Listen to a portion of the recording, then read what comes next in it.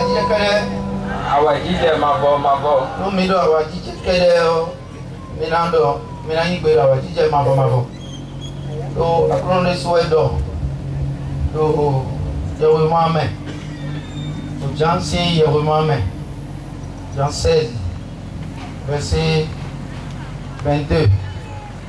Zandio minano veme. Amo zandio minaleno mo awajije kaka belanto fly ibo medina si awajije miton simisia. C'est le Seigneur même qui nous a promis une joie sans fin. Dans Jean 16 verset 22 où il nous dit que encore un peu de temps vous serez dans la joie, vous serez dans l'affliction, dans l'épreuve, et encore un peu de temps, et vous serez dans la joie, et personne ne pourra vous arracher cette joie. Alors, notre joie, nous les chrétiens, notre joie, c'est une joie éternelle. Ce n'est pas la joie éphémère de ce monde, ce n'est pas la joie des plaisirs de ce monde, ce n'est pas la joie des biens de ce monde. Notre joie ne nous vient pas de ce monde, notre joie nous vient du cœur de Dieu. Nous n'avons pas mis ton aïe, nous n'avons ayadi yakede, ou nous n'avons pas ayadi yakede. Pendant que nous avons donné mis l'or, ayadi yamiton, maou qui peut avoir des ouais dans ton sang. Nous avons souhaité d'autres. Jansi évangile amedo. Jansi ou évangile ame. Ta photo nous kono mi ame kono ko awe. Donc mito tout clame di. Également za pere nai. Bo za pere tonawa. Bo minabia ya di geda home. Bo ya di gemiton. Mere masika iso mesiba. Bo mi u yise no le. Aya di gemiton. Jibu ya wesi ayimewe no toson. Ema ikpeme pisi aya dije. Ema ya dije de nu emi no mo gbeme pile akwe adokun temeteme. Ema ya dije eno name nu ele no name we ya dije jibu ya we ton. Aya dije nele ta pede ko ton we no wai. Aya dije yin yise no ton. We ya dije tonson jibu ya wesi ayime. Parce que ces choses du monde prennent fin. C'est ce qui nous procure la joie et qui nous vient du monde. Ce sont des biens, ce sont des acquis, ce sont des choses qui ne durent pas et qui permettons, pour nous amener à y permettons nous ayons bon fort et nous nous permettons bon à y aller dans notre son à donc nous et nous montons permettons. Et quand ces choses prennent fin, la joie qui procure aussi prend fin.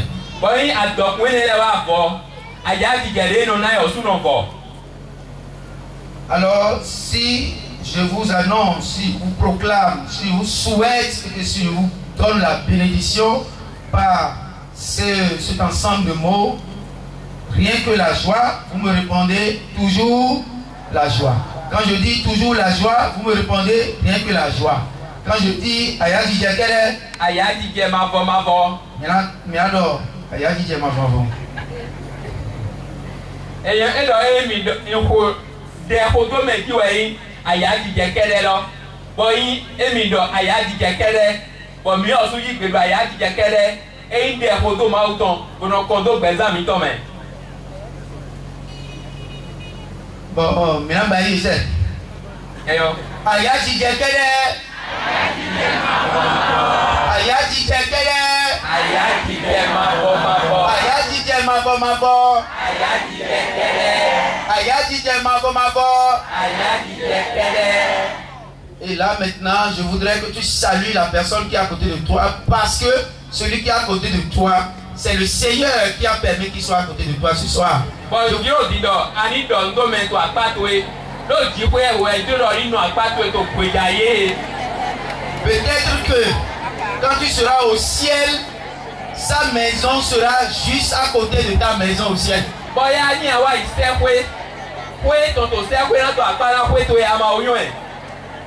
Et si c'est comme ça et que tu le sais maintenant, comment tu vas traiter ce voisin du ciel? Ce potentiel voisin du ciel.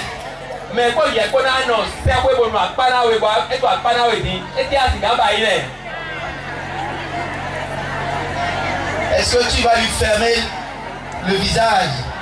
Est-ce que tu vas lui refuser le sourire? Alors je te demande de l'embrasser et de lui sourire largement.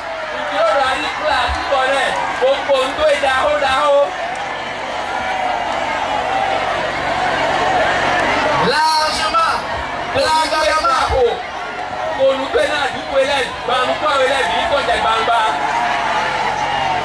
oui, il faut lui ouvrir le livre blanc des 32 pages.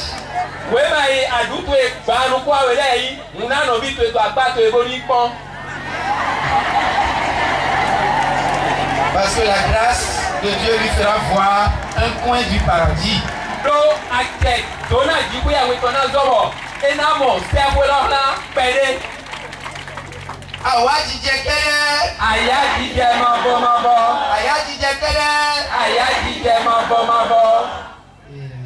Et beaucoup d'eau, madame.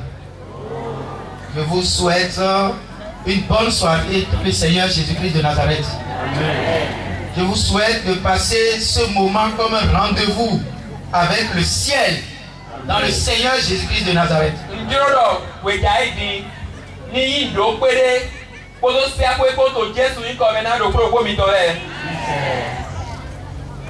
Si quelqu'un ici a la Bible, je voudrais qu'il lève la Bible.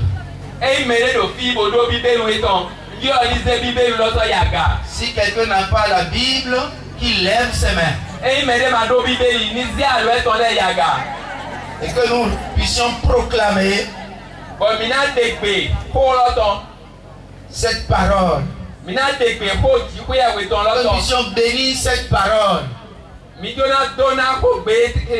Cette parole qui nous a été envoyée par le ciel.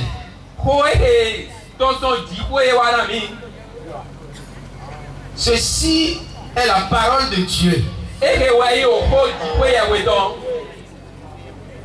Ceci est la parole de Dieu. Elle était au commencement.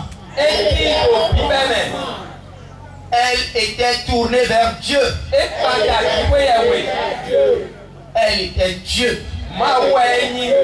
Elle est Dieu. Cette parole m'a créé. Cette parole m'a donné la vie. Tout ce qu'elle dit que je suis, je le suis. Tout ce qu'elle rejette, je rejette. Tout ce qu'elle dit que je possède, je le possède. En cette parole, j'ai la lumière. J'ai la vie. Cette parole est venue dans le monde. Et le monde ne l'a pas accueilli. Cette parole est venue chez les siens. Et les siens ne l'ont pas accueilli. Cette parole brille dans les ténèbres. Et les ténèbres ont reculé.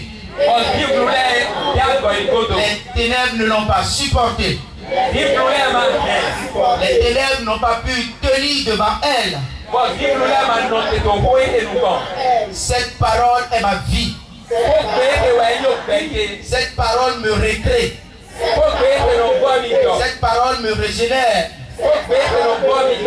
Cette parole me restaure. Cette parole me purifie. Cette parole me redonne la vie. Une nouvelle vie. La vie éternelle. Amen. Amen. Alléluia. Alléluia. Gloire à Dieu. Amen. Gloire à Jésus-Christ de Nazareth. Amen. Jésus. Jésus. Vivant. Jésus. Vivant. Jésus. Vivant. Jésus. Vivant. Jésus. Vivant. Jésus. Vivant.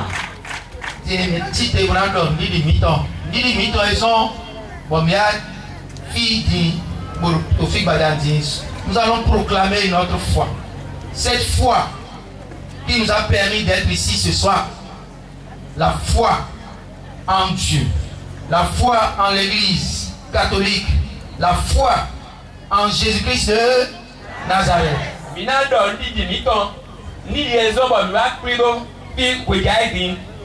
Nous disons Maodo Poge, mais nous disons dans Agoué, Église catholique à ton.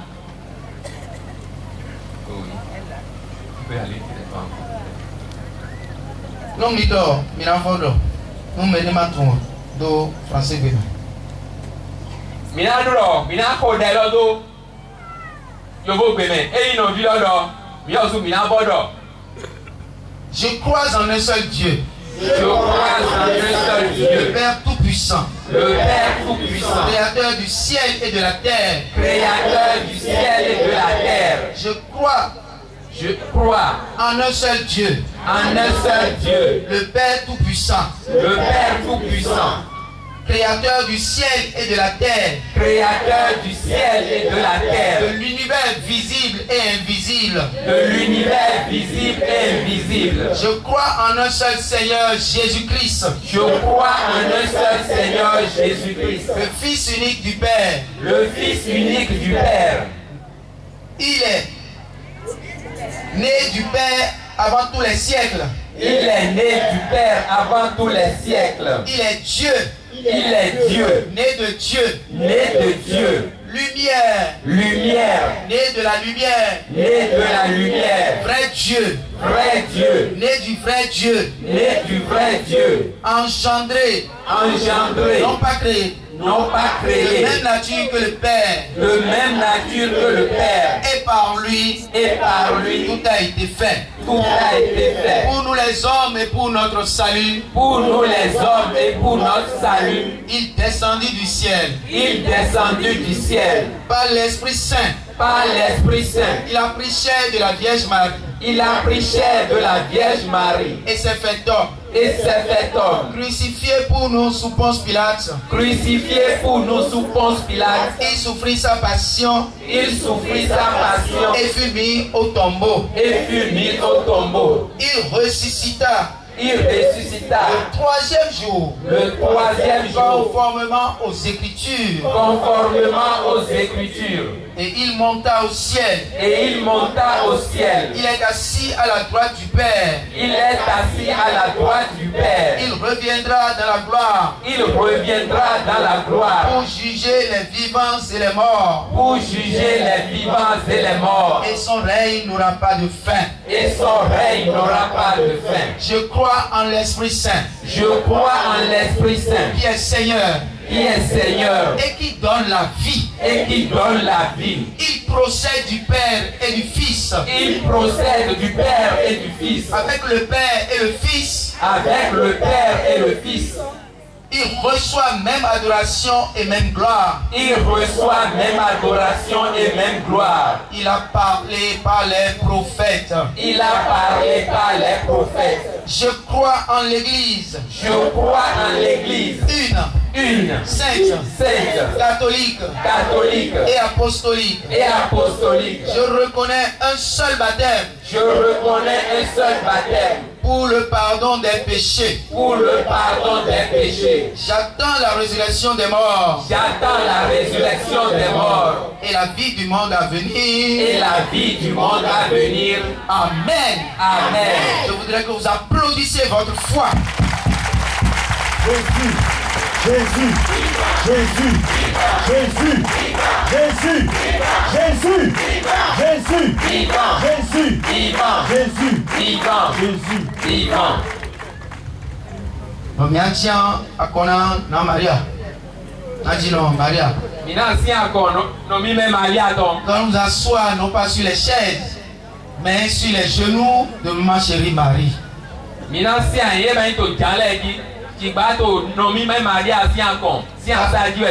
Car notre Seigneur Jésus-Christ nous a dit qui nous sera fait selon notre foi. Si nous croyons que actuellement, présentement, nous sommes assis sur les genoux de Marie, la mère de Dieu, notre mère, il en sera ainsi dans le nom de Jésus-Christ de Nazareth. Et les genoux de Marie, c'est le trône de la sagesse.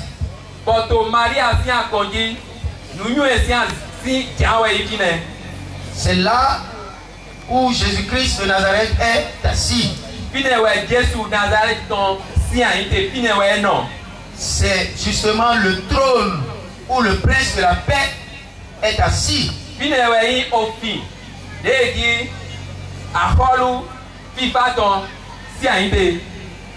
Alors tu n'es plus assis n'importe où maintenant. Tu es assis dans la paix de Dieu.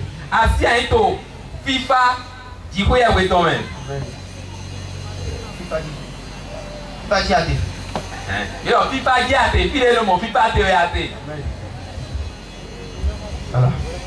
Et pour commencer, nous allons proclamer encore notre autorité que Jésus-Christ nous a donnée par le Saint-Baptême sur les lieux.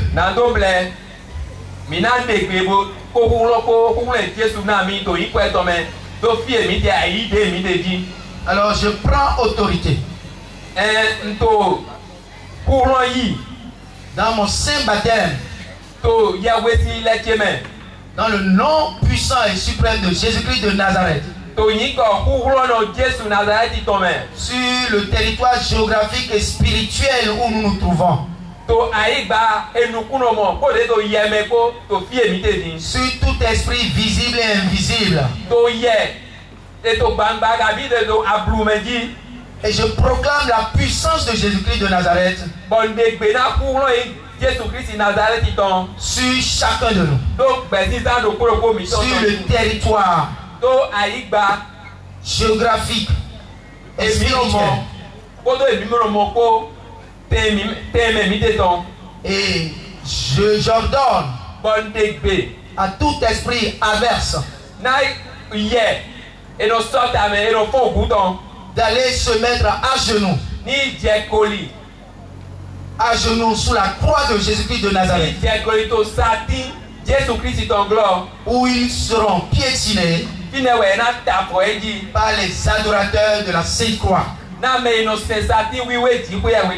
Au nom de Jésus de Nazareth, que le très précieux sang de Jésus-Christ nous recouvre. Recouvre le territoire. Recouvre le quartier. Recouvre la ville. Recouvre ses habitants. Au nom de Jésus-Christ de Nazareth. Jésus. Jésus. Vivant. Jésus. Vivant. Jésus. Vivant. Jésus. Vivant. Vivant. La grâce de Dieu nous donne aujourd'hui de vous parler. Nous qui ne sommes rien, moins qu'un avorton, moins qu'une vermine, nous pauvres misérables pécheurs, et nous l'avons accepté parce que nous savons que ce n'est pas nous qui allons parler, parce que le Seigneur a promis à l'heure convenable. C'est l'Esprit de mon Père qui parlera en vos bouches.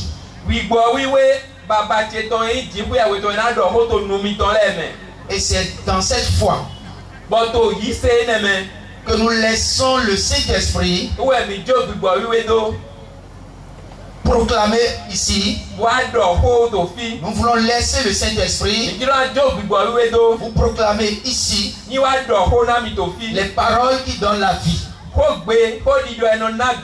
les paroles qui sauvent, Ko gbe no kule me gan. Les paroles qui transforment. Ko gbe no huzu ajana nle. Les paroles qui changent tout dans la vie. Ko gbe no dio nu bi, nu le bi to gbe Les me. paroles de victoire. Ko gbe du de jiton. Les paroles de salut. Ko gbe kule gan ma voton. Les paroles de la vie éternelle. Ko gbe kule gan ma voton. Alors gloire à l'Esprit Saint. Mi pa susu bigona. Merci à l'Esprit Saint Mi do pe na gbigbo wiwe. qui a déjà pris service. We e wa me o ji azon wa ji. Car le temps de l'église, Do wenu eyin agunto bo mi tedi. depuis les actes des apôtres, So apostle ile si nu iwa wenu. depuis la Pentecôte, So wenu e bon ye si se wa debi le apostle Jesu ton le dite. jusqu'à aujourd'hui Kaka jedin. et jusqu'au retour de Jésus-Christ de Kaka Nazareth, je wenu na Jesu na le ko à wa. la gloire, To susu me. c'est le temps de l'Esprit Saint. Gbigbo wiwe si asiko eyin. Alors nous sommes dans le temps de l'Esprit Saint. Gbigbo wiwe si asiko me vite. Alors nous bénissons l'Esprit Saint, Bon mi to hikom la. nous l'adorons, Mi to gbigbo wiwe saint. nous le remercions Mi to pe donne. pour tout ce qu'il va nous communiquer ici. Na nu de na mi file mi to ndo do e. Et aujourd'hui, Bo to egbe. il va nous aider E na à bo alo na mi. méditer Bon mi na leta me kondo. cette parole, Ko ehe. ce verset Apa ko ye ko we ma ton ehe. de Luc, Lucas we ma. chapitre 1, Tatita. verset 38, Afogban tonu ko aton. qui est cette parole que la Vierge Marie Ehe iko gbe no mi me Maria. a proclamée Do à la gloire de Dieu. na susu ti ko ye we ton ta men. Voici cette parole Ko gbe ne die. qui nous rassemble aujourd'hui. E ple mi do po we gaidi. Je suis la servante du Seigneur. Afanu me nyonu okruno ton we nyimi. Je suis l'esclave du Seigneur. Inyi me seto ti ko ye we ton. Qu'il me soit fait selon ta parole. Ni na mi kere di okotowe. Aya jijekele, Aya dije mavo. aya jijekele, Aya dije mavo. aya jije mavo. Aya dije kere.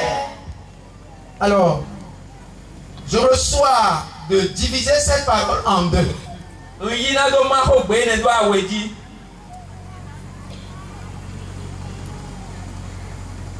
Je reçois de diviser cette parole en deux. Uyina do ma ko gbe ne do aweji.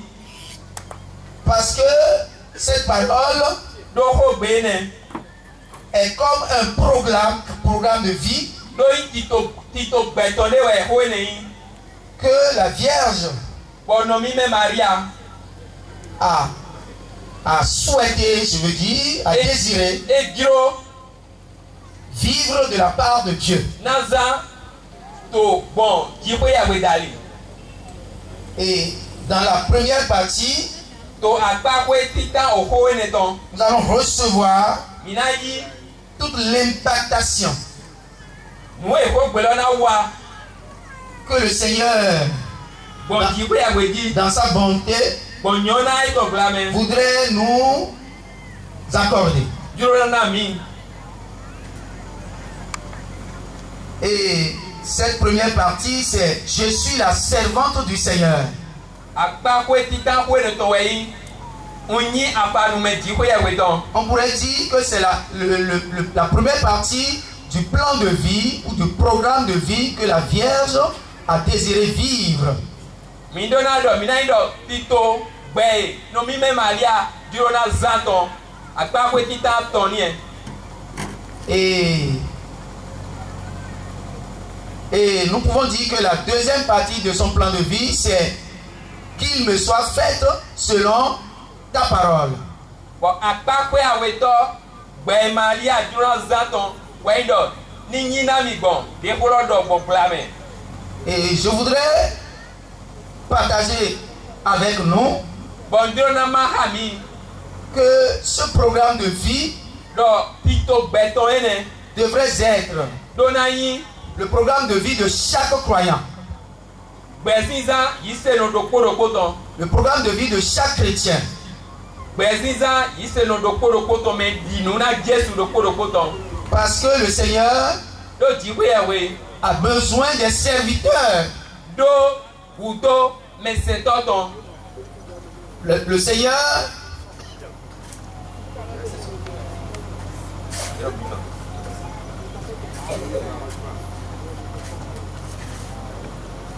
Seigneur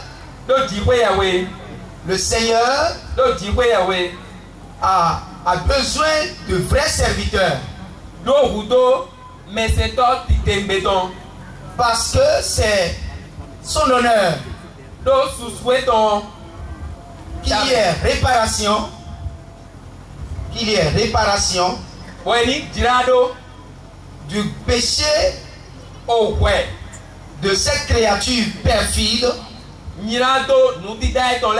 qu'est Satan, qui a dit: je ne servirai pas, je ne servirai plus. Et c'est pour cela que la Vierge nous a été donnée comme une nouvelle Ève pour restaurer l'humanité qui a été défigurée par le péché de Ève, la première Ève. Péché inspiré par l'ange qui a désobéi.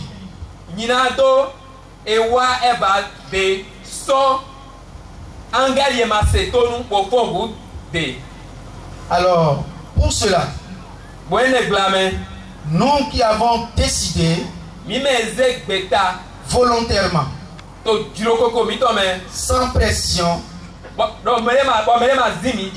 de servir le Seigneur, de servir Dieu, Yahvé. Nous avons la chance d'avoir comme exemple à imiter la Vierge Marie. Et nous pouvons même transformer le thème d'aujourd'hui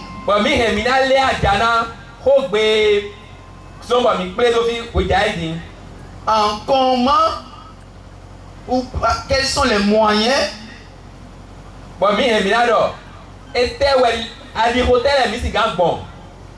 qui vont nous aider, qui peuvent nous aider à imiter la Vierge Marie.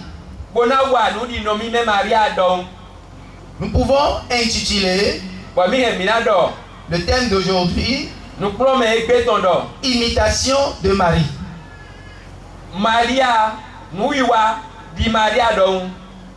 Parce que quand l'Église nous propose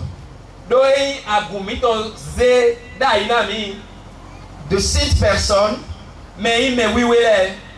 à travers différentes fêtes pour honorer le Seigneur, pour glorifier le Seigneur, pour avoir donné à de tels êtres fragiles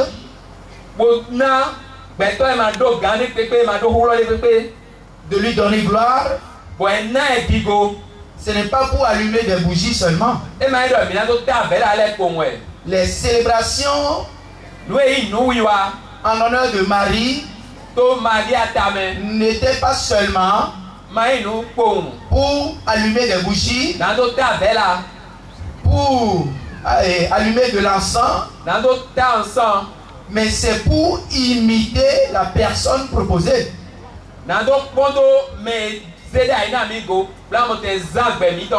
Et c'est pour ça que nous avons vu avec Saint Paul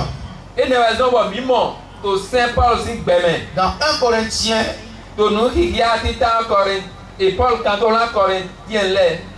chapitre 11 verset 1 qui disait: imitez-moi comme moi-même je suis imitateur de Jésus-Christ. Et c'est ce que chaque saint nous redit.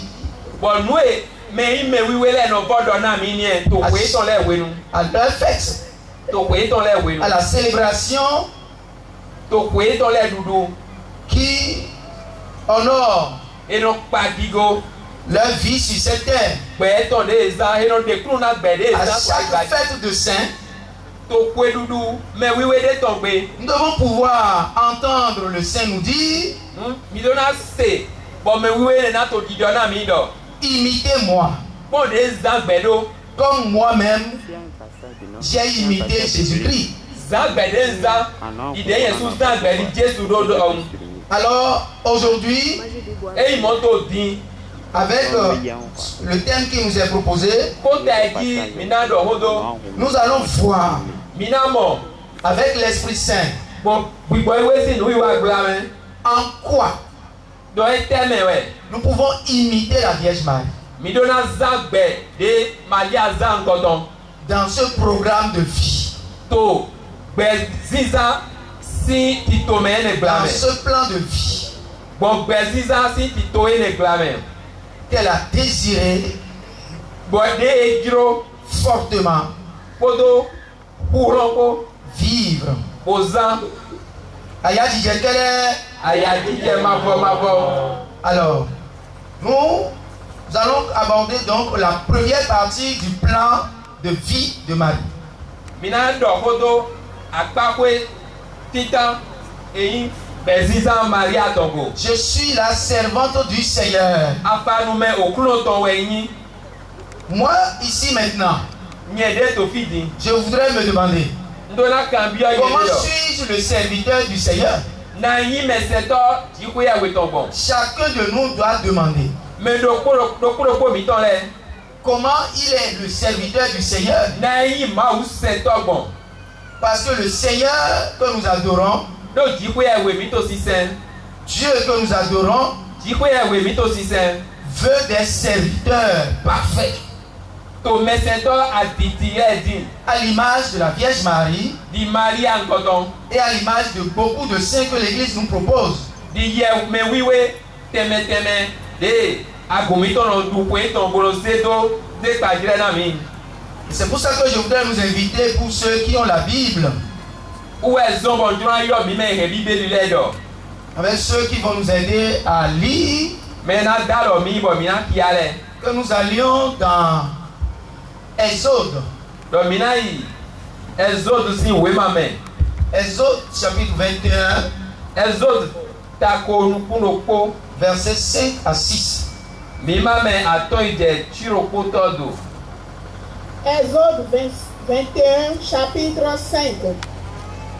Mais si le serviteur déclare, j'aime mon maître, ma femme et mes fils, je ne veux pas sortir libre. Verset 6. Son maître le fera. Vous allez aller doucement pour que le frère traduise en même temps. Verset 5. Mais si le serviteur déclare, j'aime mon maître, ma femme et mes fils, je ne veux pas sortir libre. Sigba e devi lo na do gbangba do mo. Nyenyi wana memenuse asise ko vite le ko. Nyemana jegbonu yibonu ba. Verset 6. Son maître le fera approcher de Dieu. Wenen Reprenez. Verset 6. Son maître le fera approcher de Dieu. wenenu memenu etona he waje weda tolode.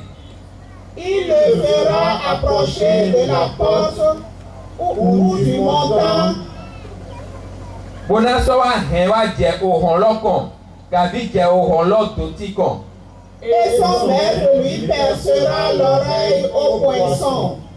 Memenu eton bona yi nutonu doton oto eton nukan nuton.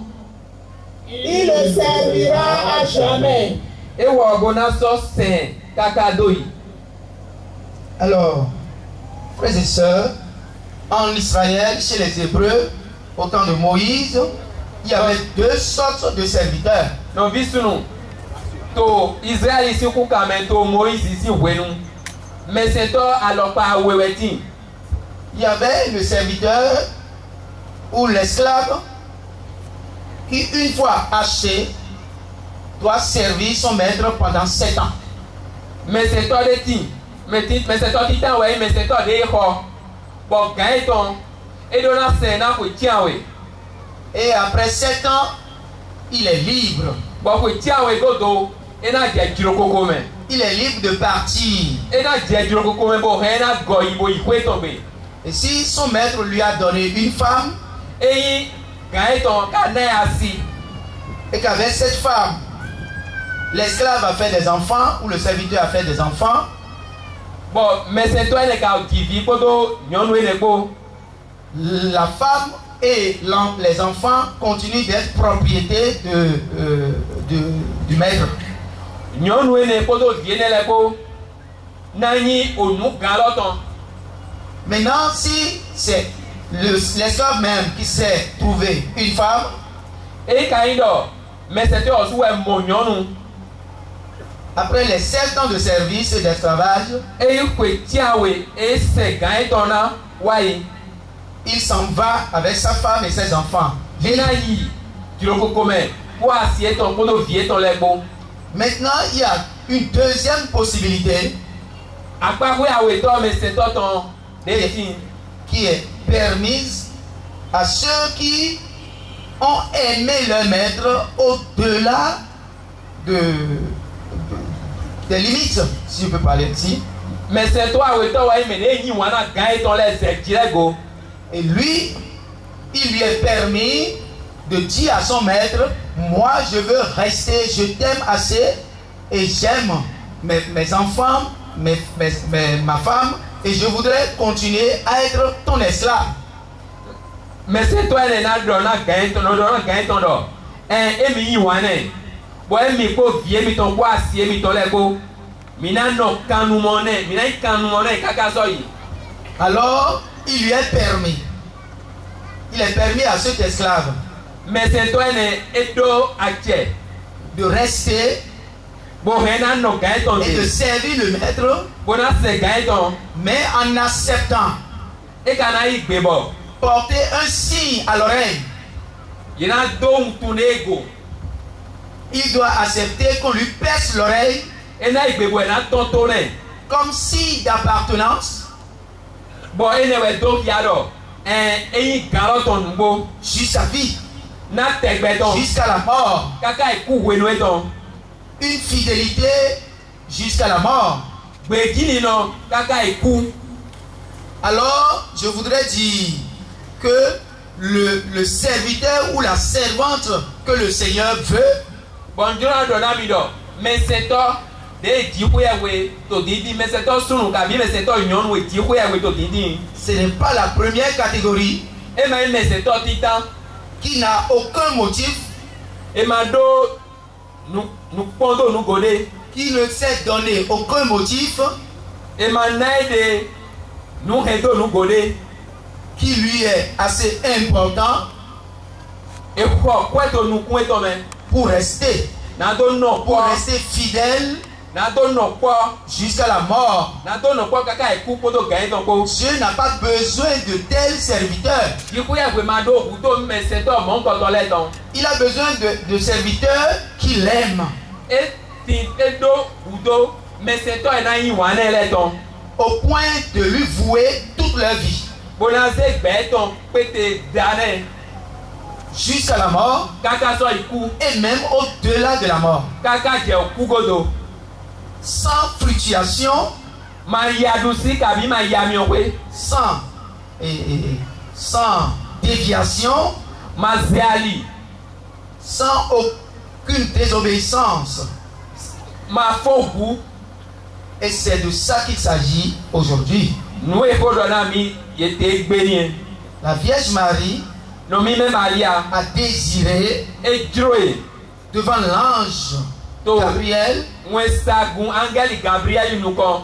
à cette annonce Wunena e wa do wene. de la parole de Dieu, Ye wa do ho ma uton si wen. a désiré et a souhaité être la servante de la deuxième catégorie.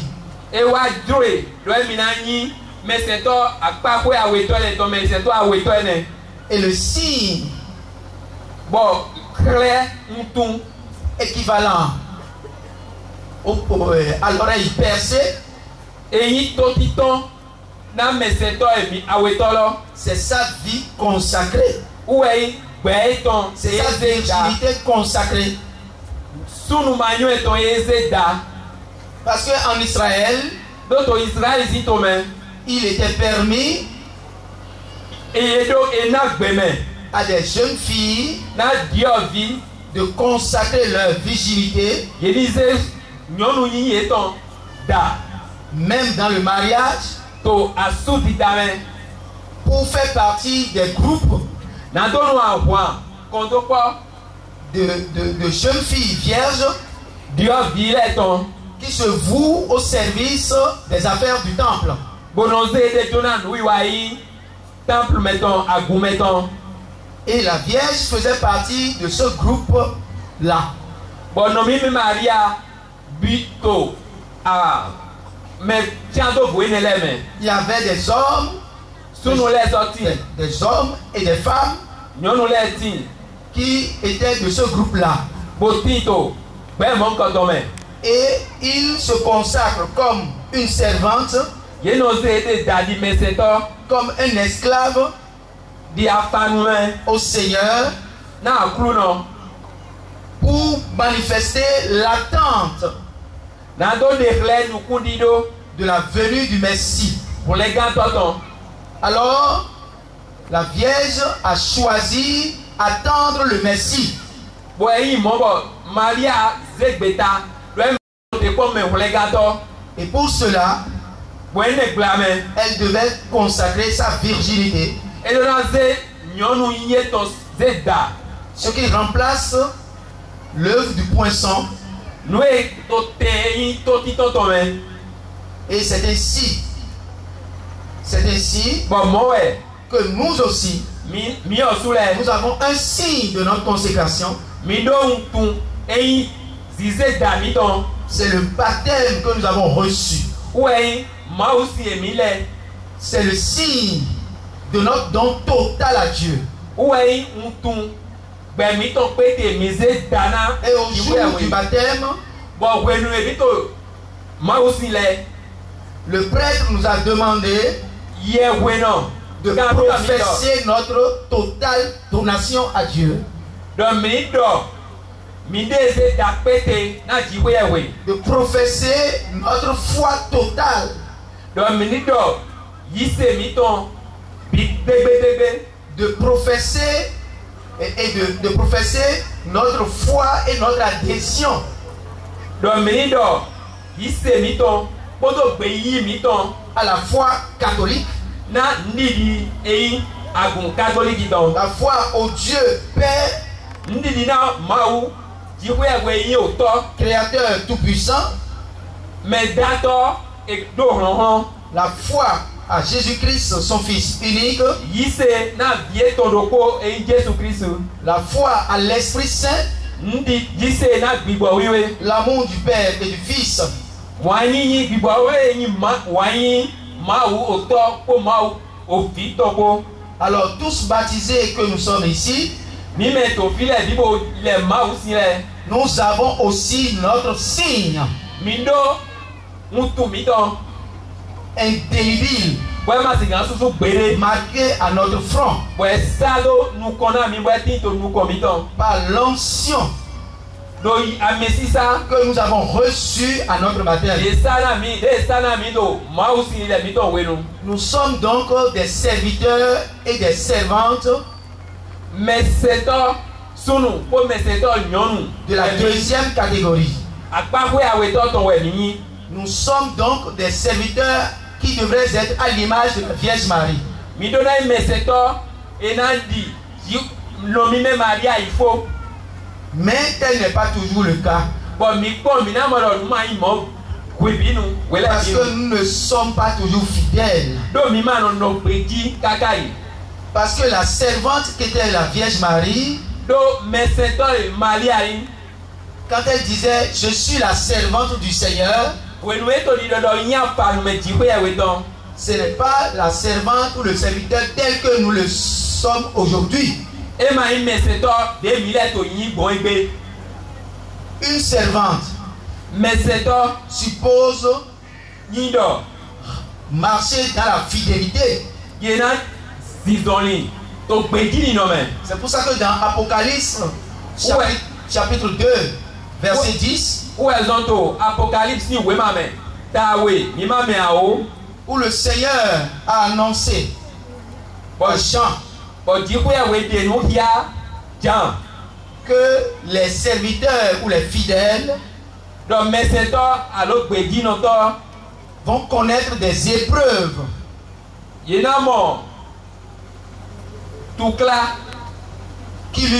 leur viendront de l'ange perfide Satan.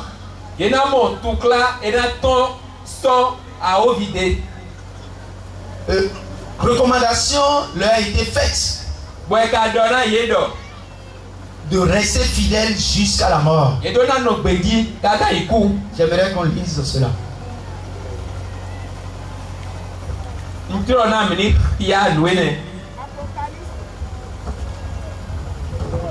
Apocalypse 2, verset 10. Ne crains pas ce qu'il te faudra souffrir. Voici le diable va jeter des vôtres en prison pour vous tenter.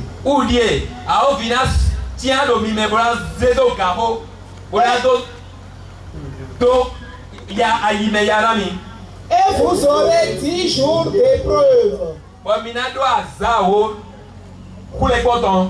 Sois fidèle jusqu'à la mort. Et je te donnerai la couronne de vie. Alors, frères et sœurs bien-aimés dans le Seigneur Jésus-Christ de Nazareth, si la Vierge Marie est couronnée aujourd'hui, ce n'est pas parce qu'elle était née immaculée,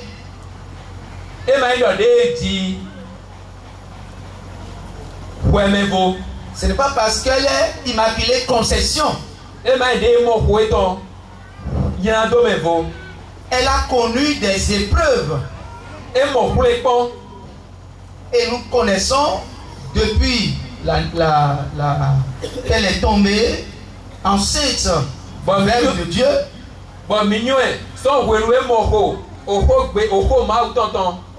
Les difficultés qu'elle a endurées. Nous nous souvenons maintenant de ce qui s'est passé à la nativité. Il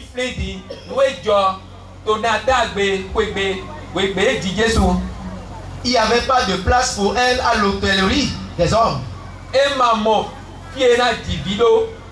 Nous savons ce que lui a été annoncé par Anne, la prophétesse.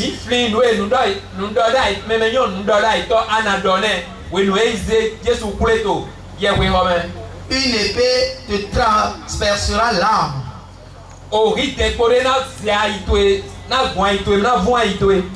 Nous savons ce qu'elle a dû souffrir pendant cette isolation.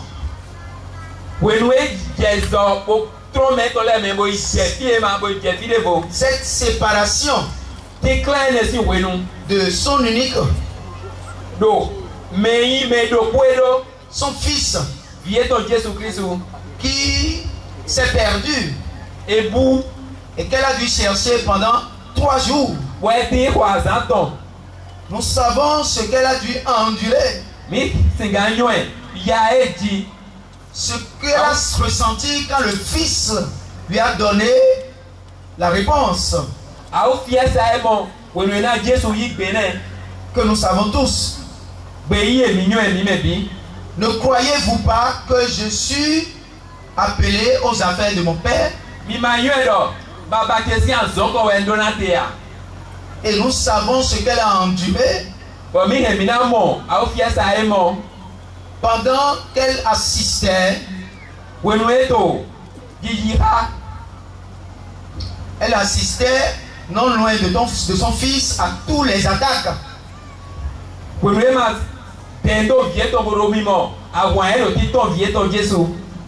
Les attaques des pharisiens,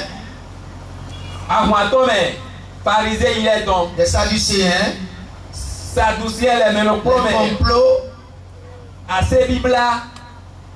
et les invectives, les injures en direction de son unique. Elle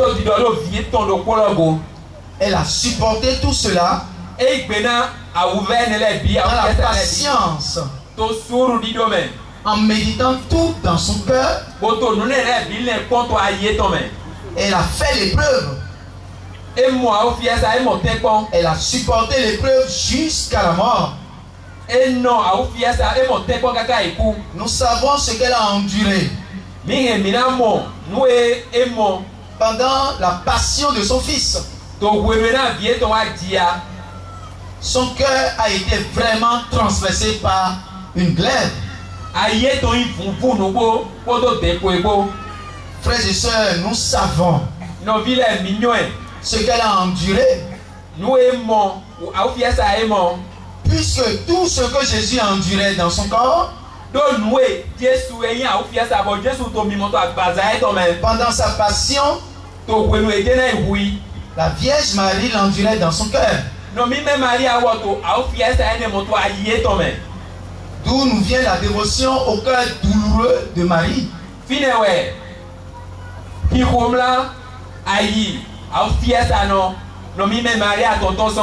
Et en honneur de son titre, Notre-Dame des douleurs. Alors, dans nos épreuves, nous sommes invités non pas seulement à aller allumer des bougies à la Vierge Marie, mais à l'imiter dans l'accueil qu'elle avait fait aux différentes épreuves de sa vie terrestre. Elle qui était la mère de Dieu.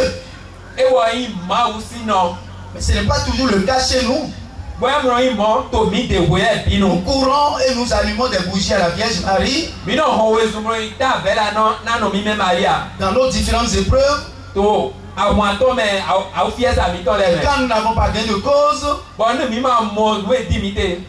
nous prenons des directions dangereuses. Nous allons chercher des saluts ailleurs. Des saluts qui ne sont pas des saluts. Et c'est de ça que nous parlons aujourd'hui. Comment pouvons-nous mettre nos pas dans les pas de la Vierge Marie? Dans la fidélité à toute épreuve. Au Seigneur Dieu Tout-Puissant. Et à son Fils Jésus-Christ de Nazareth. Alors, je voudrais que, comme Marie, la grâce nous soit accordée ce soir de servir de nos épreuves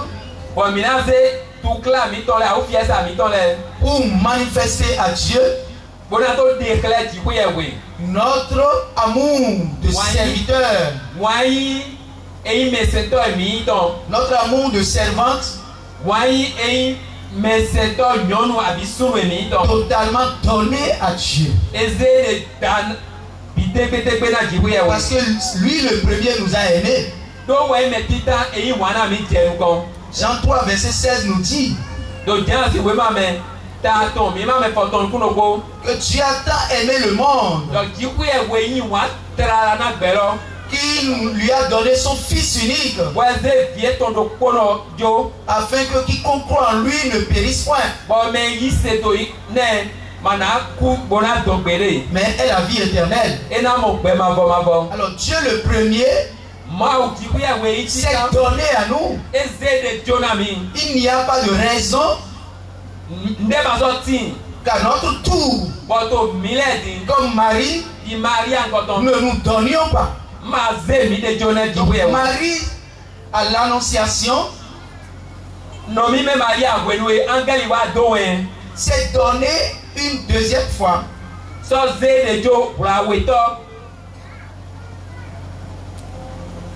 S'est donné une deuxième fois. Parce qu'elle s'était déjà donnée par ça, la consécration de sa virginité. Et elle vient de se donner à nouveau à la volonté de Dieu, qui vient comme pour lui changer le plan de sa vie. Mais la sagesse du Seigneur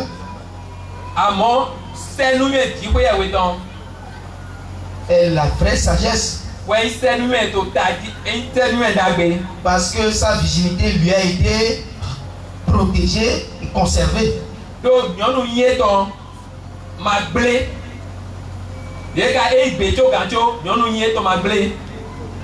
Alors, frères et sœurs,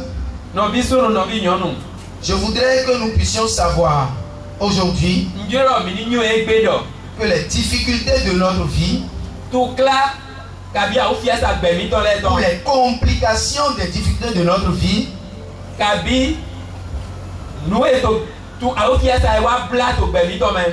nous viennent de la violation de notre engagement au baptême. Parce que nous devenions des esclaves déserteurs.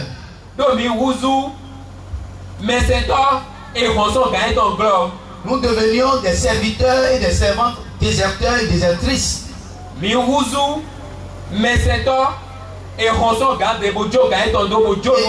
Et nous quittons la protection de notre maître.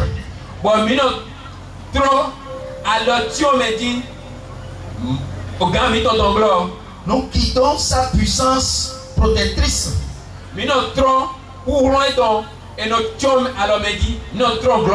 Je voudrais attirer notre attention, frères et sœurs.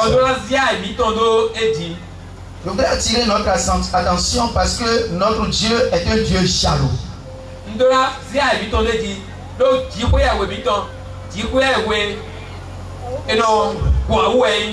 Si nous prenons la Bible,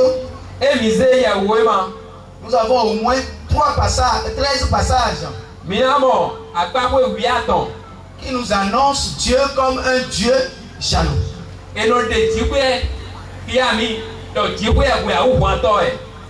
Et quand nous prenons par exemple, nous allons dans la Bible et nous prenons par exemple le livre d'Exode, chapitre 20, verset 5.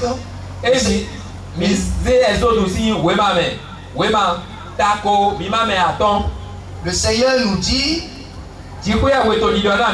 qu'il est l'unique, l'unique à servir, l'unique à adorer, et qu'en dehors de lui, il n'y a point d'autre Dieu à adorer et à servir. Il va plus loin. Dans Exode 34, verset 14.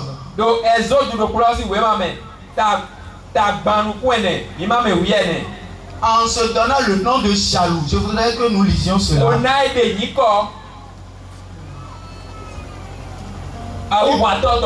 Exode 34, verset 14. Ainsi donc, tu ne te prosterneras pas devant un autre Dieu.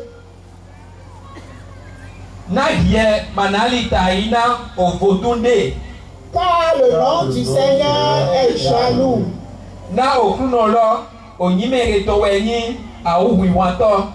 Il est un Dieu jaloux. Verset 15. Ne va pas conclure une alliance avec les habitants du pays. Yɛ ni kabasi alɛnude xɛ tomenu ayi gbalɔ tɔn lɛ blo. Awadijɛ mabɔ. Ayadijɛ mabɔ. Alors je voudrais que ce soir nous puissions proclamer comme Josué. Ba dzrodɔ to gbedza yi dim mini dɔ di ndɔda yi tɔ Josué nkɔtɔ dɔ. Que nous voulons avec notre maison Dɔ mi dzro kpoto hɛnu mi tɔ kpo. adorer le Seigneur, servir le Seigneur seul. Mina se dziƒoyawe polita ina dziƒoyawe kɛdɛ. Et je voudrais que nous écoutions ce passage-là de Josué 24 à partir du verset 14. Bon mina se Josué si wema ta konu kwene mi ma me wiene.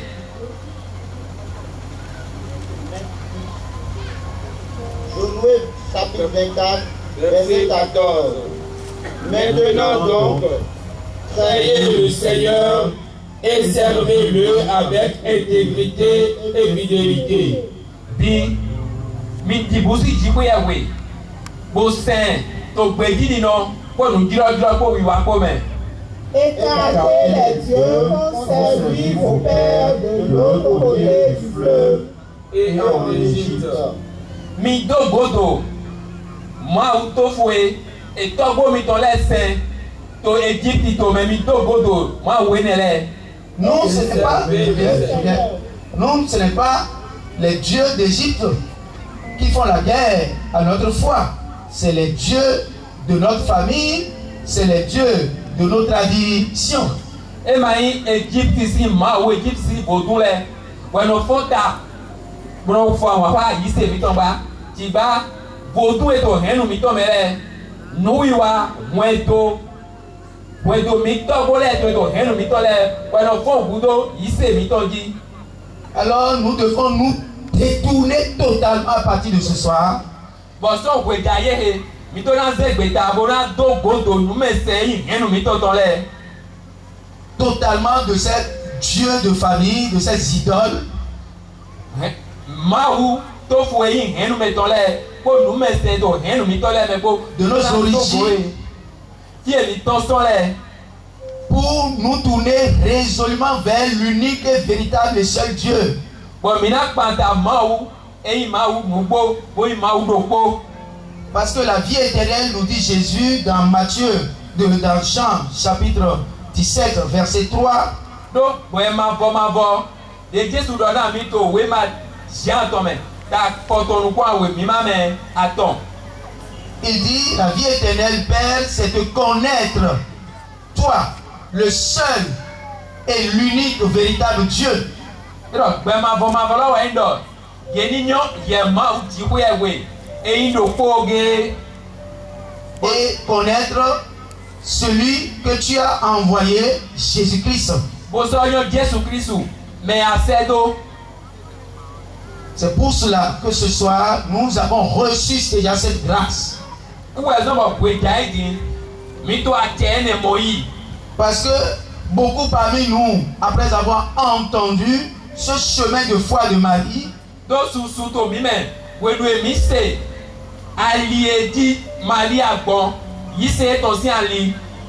avons déjà pris la résolution de nous débarrasser de tous ces faux dieux que sont les idoles de famille, ces morts de terre,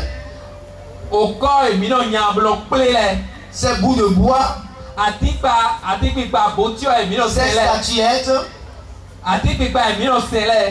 ces statuettes dites de jumeaux et de jumelles, ces bagues préparées, ces talismans et tout ce que nous avons qui nous empêche de rentrer dans la grâce de Dieu. Mais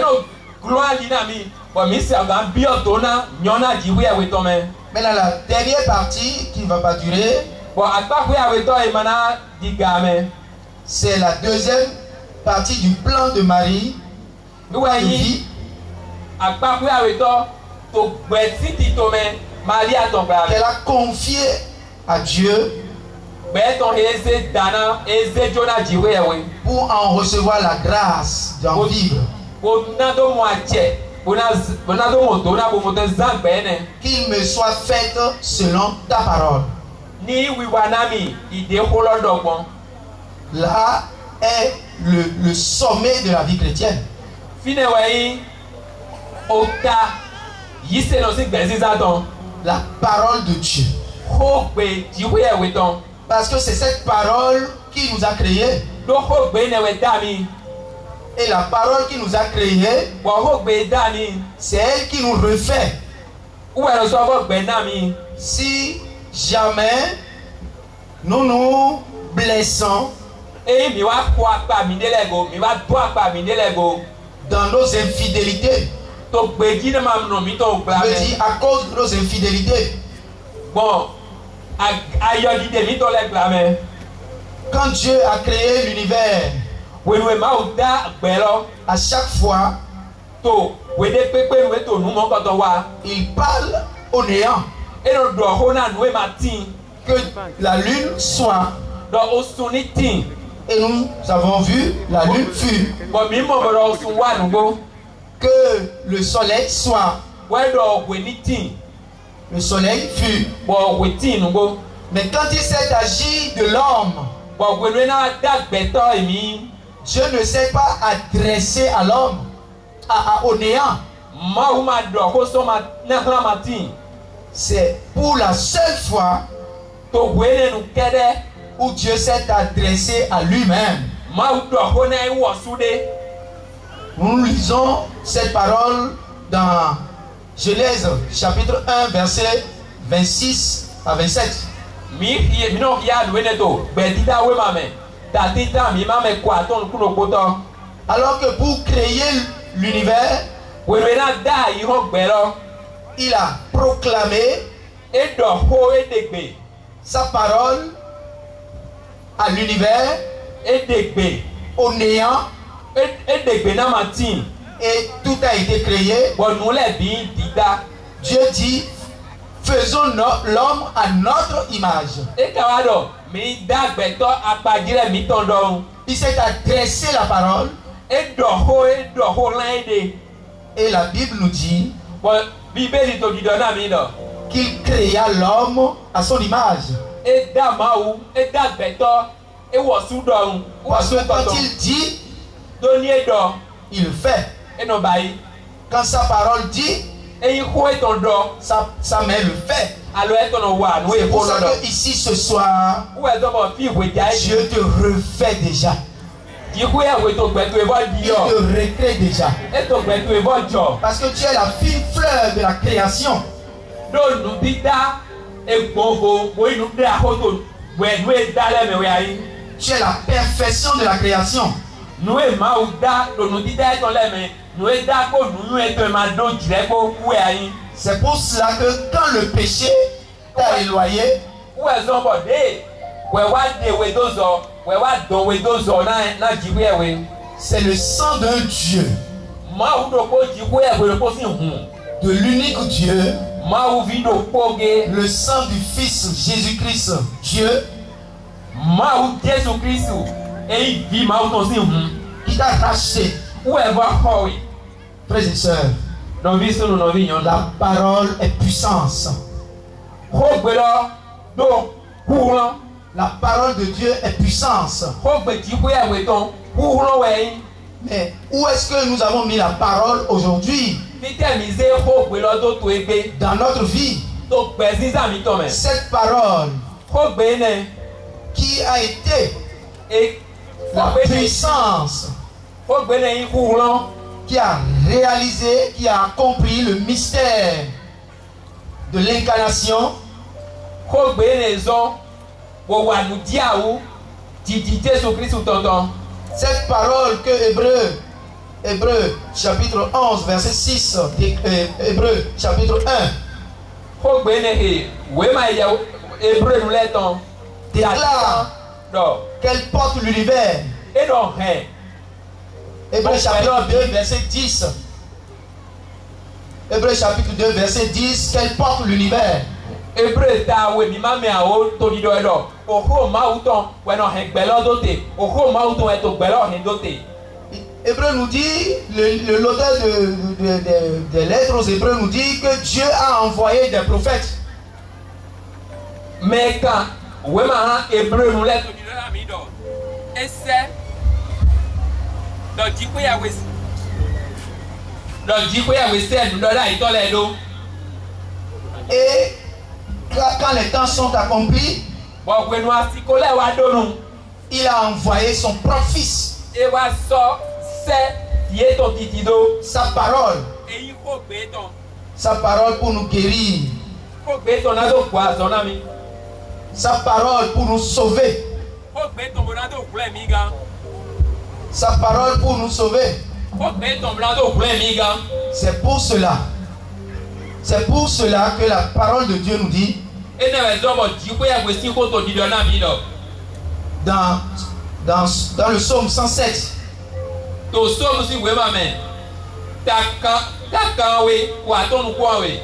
verset 20, qu'il a envoyé sa parole pour nous guérir. Alors ce soir, sa parole que tu entends, c'est elle qui te guérit les blessures du cœur.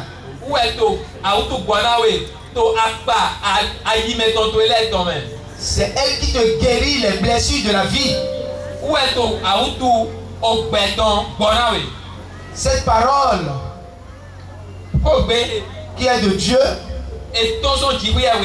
c'est elle qui change ta vie.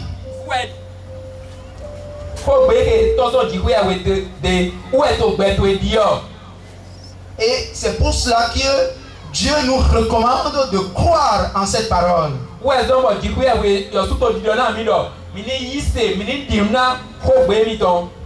Et qu'est-ce que la foi? Pour être la foi en la parole de Dieu. La foi en Jésus-Christ, Verbe de Dieu, parole de Dieu.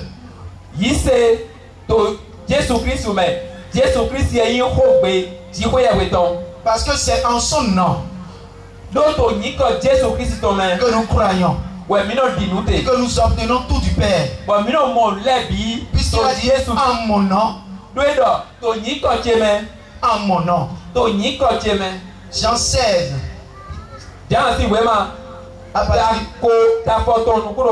partir du verset 17. Il dit en mon nom, vous ferez ceci, vous ferez cela. Mais la foi, Hébreux 11 verset 1 nous dit que c'est l'assurance ferme des choses que nous ne voyons pas, et que c'est la certitude et la démonstration de ce que nous espérons. Alors ce que tu espères ici, crois que tu l'as déjà reçu et tu le recevras. C'est sa parole dans l'évangile selon Saint Marc, chapitre 10, verset 20 à 23. Si vous demandez quelque chose,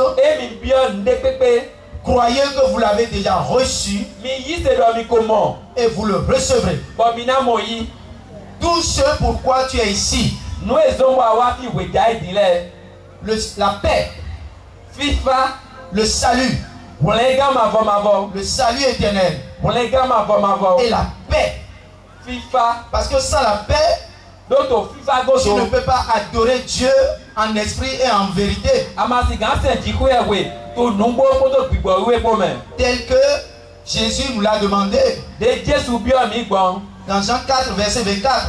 to jan ye we jan si we ma me ta ene Il dit que Dieu est esprit. et donc we gbo ye we di we Et ceux qui l'adorent bo me no célèbre doivent l'adorer en esprit et en vérité. yo do na se to numbo bo gbigbo we po me Mais si tu n'as pas la paix, eyan ma do fifa comment peux-tu adorer en esprit? ni ayi to me ma bo na si gan se di we we bon Parce so que gbigbo me l'esprit n'est pas là où le cœur n'est pas tranquille. do gbigbo we mro no fie ayi me ma vote L'esprit n'est pas là dans le cœur qui s'agite. gbigbo mro no aye do adusi ibo ami oyime C'est ça, frères et sœurs. mowe no Alors ce soir, Dieu t'accorde la paix.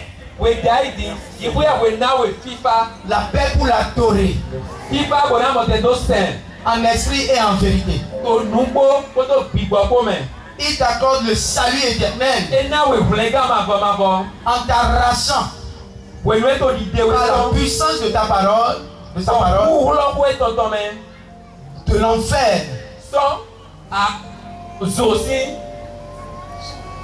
so ma bo Si, fermez. si feme Il t'arrache des griffes de Satan, e don we e ko we iso alors a o vi to me des esprits de Tchakatou, so jakatu si nu wi wa le me des esprits de beau, si o bo si nu wi wa des le esprits d'envoûtement, so nu di do na me des esprits de blocage. so nu e gura di na we bo nu ko ima si kan Il t'arrache à la damnation éternelle e o we so ku ma bo me et il te sauve pour la vie éternelle ce soir. we we gana gbe ma bo to we Si dai tu crois, enya di si se seulement tu crois, enya di se tu verras cette gloire de Dieu. ana mo susu gigo ene ma amu gigo ma to ene Tu verras la gloire de Dieu ce ana soir. mo gigo ma to we dai Tu es en train de sentir déjà. wa to mi mo to dewe me Parce que le Seigneur nous annonce déjà, lo di we we to mi do na mi lo dans la puissance de son Esprit Saint, to po hu lo gigo we to ce qu'il a commencé par faire au milieu de nous. we to wi wa to teje mi to di Parce que Proverbe 16, verset 12 nous dit, lo le si we ma me ta po to lu ko ce n'est ni, e ma yi ce n'est ni les médicaments, e ma yi amasi ce n'est ni les feuilles, tàbí ama les herbes, amalẹ ni les pommades alonu sísálẹ qui leur accordent la santé, wẹnu náà yé funsi dàgbégbá mais seulement ta parole. kó tó èdòkó kẹdẹ Ta parole qui guérit, Seigneur. kó dìwé ẹwé ìtọ́nà bọ̀ àwùjọ náà mẹ. Et c'est pour ça que tu es déjà guéri ici maintenant par la wọ́n parole de ẹ̀kọ́ Dieu. bọ̀ kó gbé dìwé ẹwé ìtọ́nà àtò àwùjọ gbígbọ́ mọ̀. La parole de Dieu que le Saint-Esprit nous a donné de proclamer. kó dìwé ẹwé ìtọ́nà gbígbọ́ ẹwé náà mi bọ̀ mi tó di dán. C'est pour cela que je demande la grâce ẹnna ẹ̀zọ́ bọ̀ nbí àjẹ de la foi. yìí ṣètò Parce que sans la foi, lótò yìí ṣe máa dógòdò nous ne pouvons rien obtenir. má sì gà mọ̀ ndé pépé yìí Sans la foi, tó yìí ṣe máa dó mẹ́. Jacques nous dit yàwé jákì tó wé máa tọ̀ mẹ́ tó di dán náà mi lọ. dans son livre, dans son épître, chapitre 1, tó wé máa tọ̀ tà títán. versets 5 à 7, àgbàpẹ́ àtọ̀ ìjẹ̀jẹ̀ àwọn que èdò. celui qui ne croit pas, dɔmɛ ma yi se. il ne peut pas obtenir quoi que ce soit du Seigneur. e ma si ga mɔ nde pépé to dzi wuyɛ Mais ce soir, je sais que tu crois déjà. wòye ɛdi nde dzi do adi nu. Je sais que tu crois. nde dzi do adi nu. C'est parce que c'est pour cela que tu es sorti de ta maison. ene ɛzɔn bɔ atrɔ wɛ to egbe. C'est pour cela que tu as bravé la pluie. ene ɛzɔn bɔ dziku dza tso gãtso awafi. C'est pour cela que tu as parcouru les distances ene ɛzɔn bɔ atrɔ fi didɛn. pour recevoir nato yi. la couronne de ta foi. jɛgbakun yi se to etɔn. Et ce que le Seigneur est en train de faire déjà pour toi, bɔn nu edziku yɛ to bi ba ina we di. qui fera encore et encore, bɔn ina sɔ ba ibo ba ide dzi. c'est le couronnement de ta foi. wɛyi jɛgbakun titsɔ na yi se to ye. Parce que Marie a cru. do maria di nu eyi se.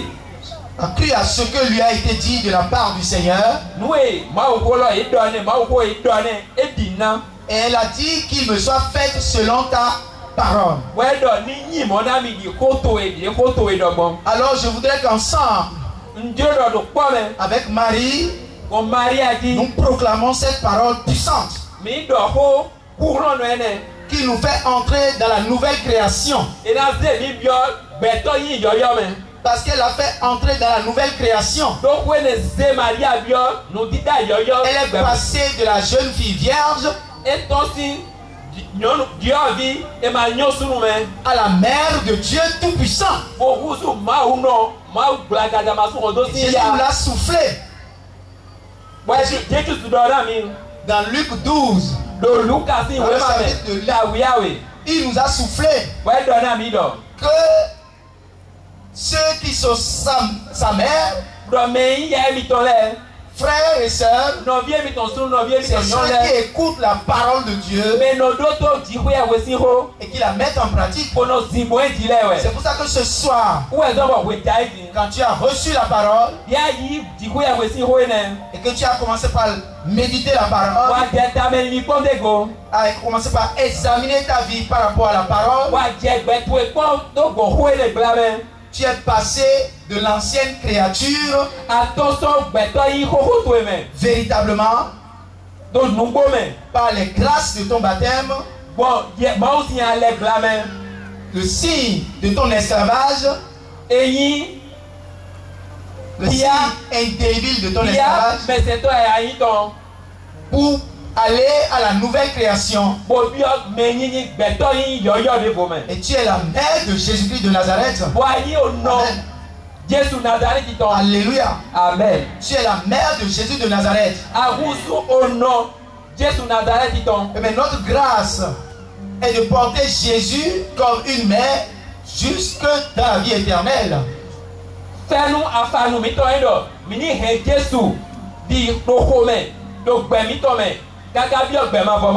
C'est pour cela que 2 Corinthiens chapitre 5 verset 17 nous dit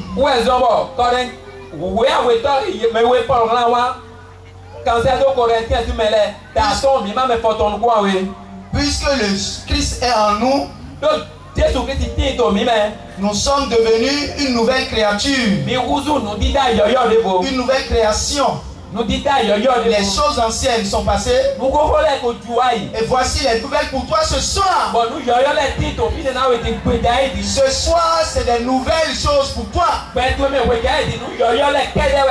vie ancienne est passée, renversée, balayée par la puissance de la parole de Dieu, par le souffle de l'Esprit Saint que porte la parole de Dieu. Parce que l'Esprit Saint est le révélateur de la parole de Dieu. Jésus dit, il prendra ce qui est à moi et vous le communiquera. Il vous enseignera toutes choses. Et il vous conduira vers la vérité tout entière. Alors ce soir, mon frère, ma soeur, ta vie a déjà changé. C'est comme si ce soir, le Seigneur nous redit, refaisons-le à notre image. Refaisons-le à notre image. Le Seigneur t'a déjà créé. Et aujourd'hui, par son œuvre d'amour, il te restaure. Et tu es devenu une nouvelle créature ce soir. Pour porter ici à Ifoyi, à Banibé, à Igolo, à Tchada, à Vrankou, à Sakete, à Titibo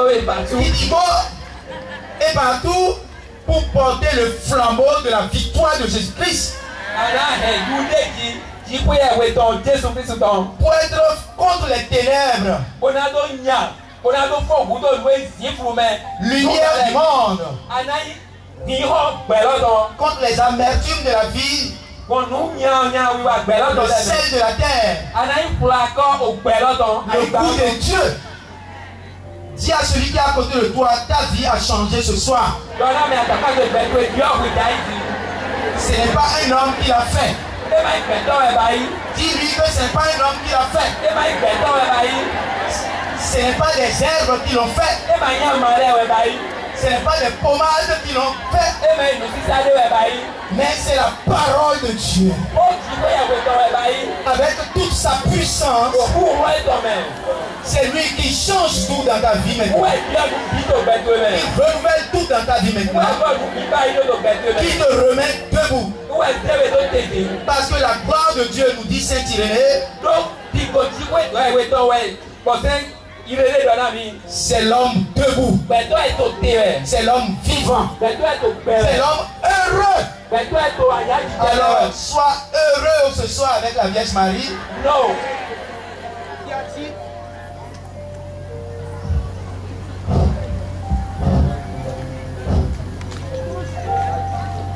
Sois heureux avec la Vierge Marie. Qui a dit toutes les générations me diront bienheureuse. Toi aussi crie maintenant avec la Vierge Marie. Qu'il me soit fait selon ta parole. Qu'il me soit fait selon ta parole.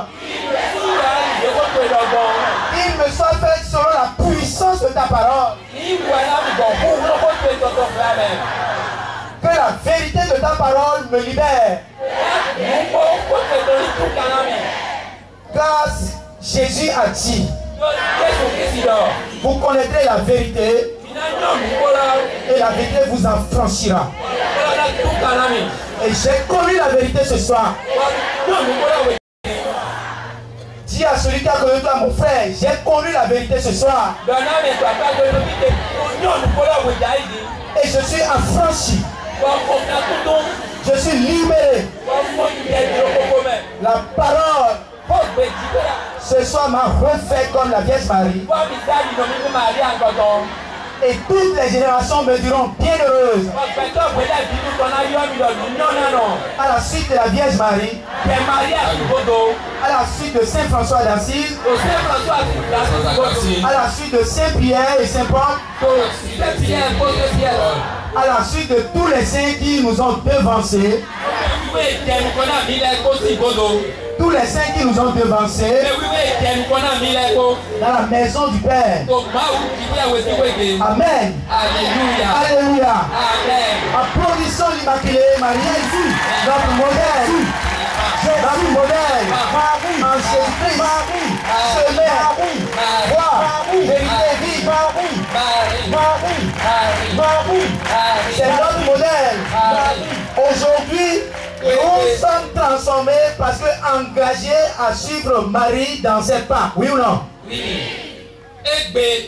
Mi uzu medebo to mi zegbeta to mi ajembo to na Maria to toro système o di akoto to akoto e to leme. Ne seront plus seulement des allumeurs de bougies, Mi ma na bougie ta to fe la ta to komba. mais des fils O bi o mi na et des filles mi soro bi nyon qui we. ressemblent à leur père, E na di baba e ton. qui ressemblent à leur mère, O na di ya e ton. puisque Do lui-même, elle-même nous a dit Maria dans Jean chapitre 2 verset 5, do jazi we ma me tawe apo aton. faites tout ce qu'il vous dira.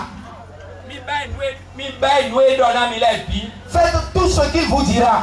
Mi ba inwe do na mi le bi. Et ce soir, Oto we ja idin. tu as reçu la force, Ayi kuhuro. la puissance de l'esprit Kuhuro bi bo we ton. de recevoir Nando mo.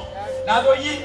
la vie nouvelle, Be yo debo. où tu feras tout ce que Jésus a dit. Wana ba inwe Jesu do le bi. Tout ce que ce saint évangile a dit. We ma to mwenda gbe lodo anaba bi. Ce n'est pas par ta force. E ma go kuhuro to emegba. Ce n'est pas par la force sur laquelle comptait le peuple d'Israël. E ma kuhuro eji Israël bi le to adogboro da iba. Ils ont échoué avec la loi. Bon c'est la glame yi ma pe nde pepe go. Mais c'est la grâce, Fenu le Saint-Esprit. bi gbo wi we si kuhuro. Ce n'est pas par la force. E ma kuhuro glame ba. Nous a dit Zacharie, chapitre 3, verset 6b à 7. To Zakari si gbe ma me ta ton. Mima me aimé des chopos. Esprit dit le Seigneur. Ce n'est pas par la force. Ce n'est pas par la force, ni la puissance. Par mon esprit dit le Seigneur. C'est de mon Chantez. se déplacera. C'est de montagne se déplacera.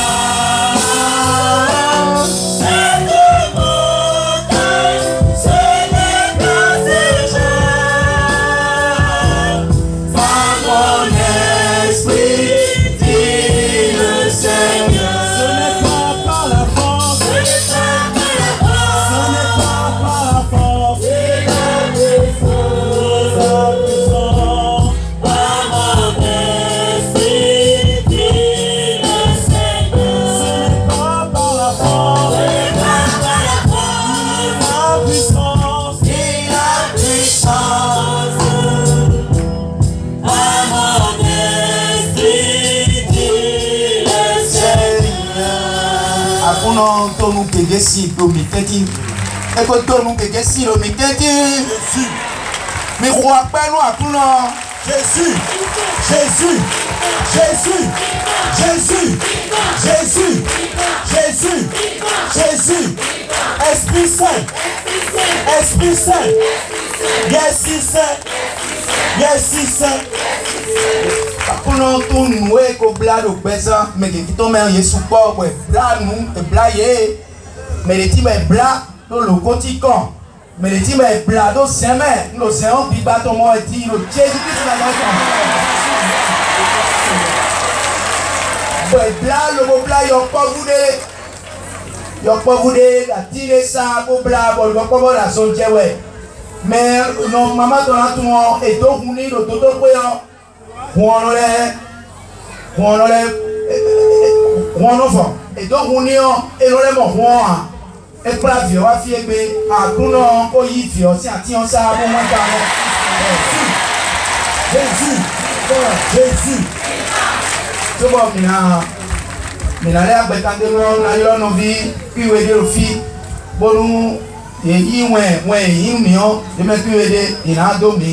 Bon, mais là, ça, on est un peu de combat, on a un peu de mais la fois, on est en déro, faut ça que Dieu, il y a d'autres coups, on a continué les hauts, mais quand vous entrez, on dit, résilier, sans son aller vivi. Ah, donc, je demande, car j'ai déjà monopolisé beaucoup la parole, et je voudrais donner la parole à quelques frères avant que nous revenions.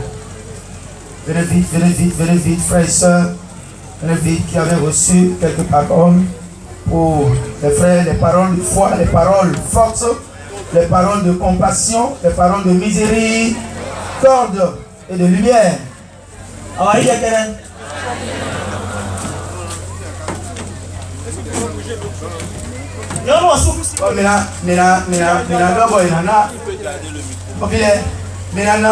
Parole, oui. Bon, mais la montée, il y a un peu de temps. Et mais la fois, ton oui, j'ai deux paroles, s'il vous plaît.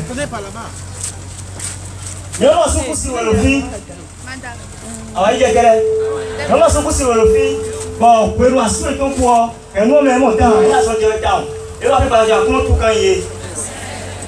Non, mais mon ami et le problème, c'est pour confier au moins.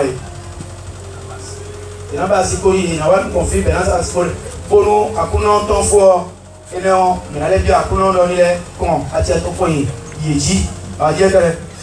Je m'entends le flot, mais le côté bon, et l'opération, à quoi on tout quand il bonnet, je vais dire. Non, le flot, c'est pas le feedback, il doit atteindre le communis, et il va faire à quoi il partit, on va tenir. Bon, fille de Dieu, et la mort. Non, mais le côté bon, et si vous écoutez, et le Rebecca, si vous écoutez, et mon tia, mais la fille d'encore n'est à Dieu. Non plus un peu fort, ça me fait, elle nous a si mais la même, mais non, on a besoin de la même. Bon, les wafio, les frères proclamés par le bébé, adoration, pour proclamer par le je sais la parole de Dieu, et ça dit Zosolé, pour qu'il y ait un remballé coudé. Bon, vous nous avez confiance, même au blessé, Léo. Donc, le profit. Deux. On me rappelle alors. Et il a mis ma c'est ouais, mais toi, ouais, il a prendre dans le miroir. Et on a un mais le colo fit, on a mon année et ton bout de l'homme, il m'a dit, il faut voir. Et bon, mais le colo rien à vérifier. Mon frère le question a vérifié. On a tout. Et il s'est trop là. En français. Au final, ouais, j'ai que oui. À coup. Jide chao afrona tio. Podo beni à coup quand il a ouais. Lo, tu vois lo, tio na chao no vide la ko blo no no ndé mi to na blo tio me. Ouais, do ko ko blo no to la se ouais. No tio na ja ke ka bo, mi ku na blo. Donc no bia be ye we ka o akuno khle ye we ka sin klo. Bon de mi je to bu salu mari ka di o kwe o do fi o se gidi be do kwe. Na mari agba nu bo me bi ti do kwe. Ha o yi do kwe mi to la bi si ala ito me. No bi yon do ko do fi. No bi yon do ko do fi bo. Eni e jadu eno ba ile ko bro bu do de ko no san eno mo do. Fi do ko mi to me ni e jadu mo go ko eno mo. Kongra donc yaya ye bla no bio we akuno to de no bio aji kele no bi su no ko lo fi enu aso me nyonu de wa enu mo aside bro da ma u de ko me yo to enu bio aji kele no bi su no ko lo fi wo enu agbado afọ adusio papa no kwa ma o ko go no bio awadi jekele yo ko lo fi mo asuwe ko ni dani atonko ko wele melo kambi akuno jire mo jemina no anji de no be lo ko lo da fi ya titegbe akuno tu kan no won yo no ko lo fi emo elo etivia bobo no be lo ko lo da fi ya titegbe mika nwele ka mika ko si kiyo milo kana mo fi na ji aji lati no ma ya sabota to me ela mo ko na ji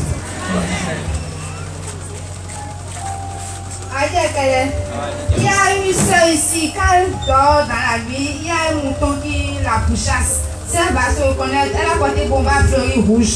Le Seigneur l'a délivrée. Il y a une autre sœur qui s'appelle Eugénie. Sa tête tourne régulièrement. C'est diabolique, le Seigneur l'a délivrée. Nous ici, oui, ça me tout à l'heure, vous direz, et comment vidéo, nous avons des grandios, et Koblo, test zéro, hôpital, et Igoloton. Bon, et vous donnez de série. Namaya Savoro, Tatouma, nous n'en avons fécondité, Gadante. Sous nous, le fil, bon, nous, et ça, à ça, des bois, donc, nous, pas bon, monter, projet, tonnerre, bon, béazo, et Kabéo, et nous, nous, pédia. Après, nous, restaurant, et puis, bon, et ça, mon mot, quand on présente, et pédia.